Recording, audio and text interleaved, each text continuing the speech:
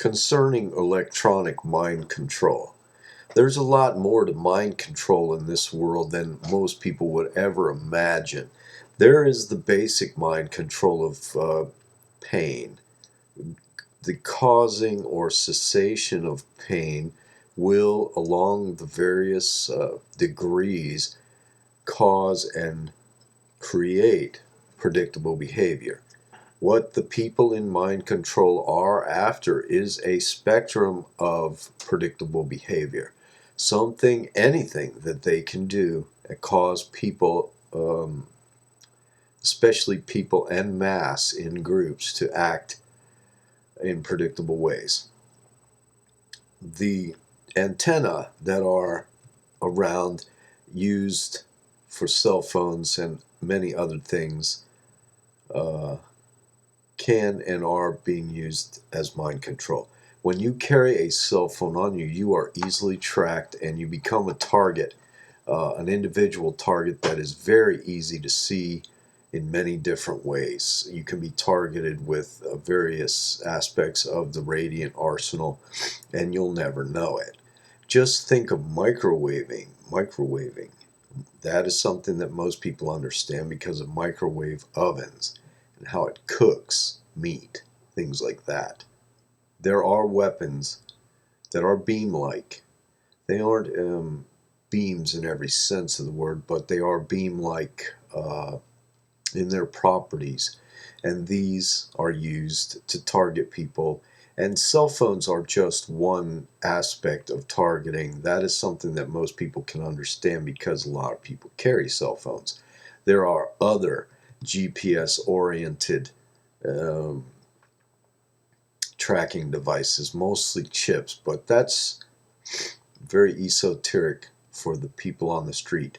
That is something that a lot of people have a hard time understanding. But just know that if you're carrying a cell phone, you don't need to be chipped, because on or off, these things can be targeted, and if you have it in your pocket, that means you can be targeted individually. Now, as far as targeting people en masse, that's where the active auroral technologies come in. That's where the spraying in the sky comes in.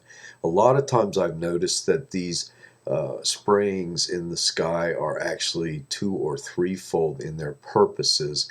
And a lot of times rain will follow one of these bigger operations, at least precipitation in areas where there is a lot of free water around.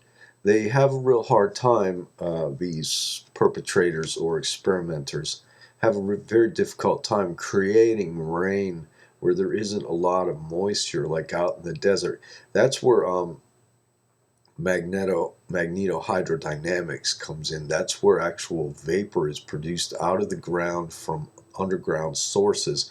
And that's actually rather violent, or can be.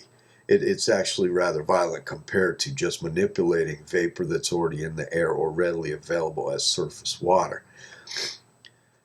As far as mind control is concerned, a lot of the magnetohydrodynamics, which is the manipulation electronically of vapors, water vapors in particular, because of the hydrodynamic aspect, other vapors would be called other types of dynamics.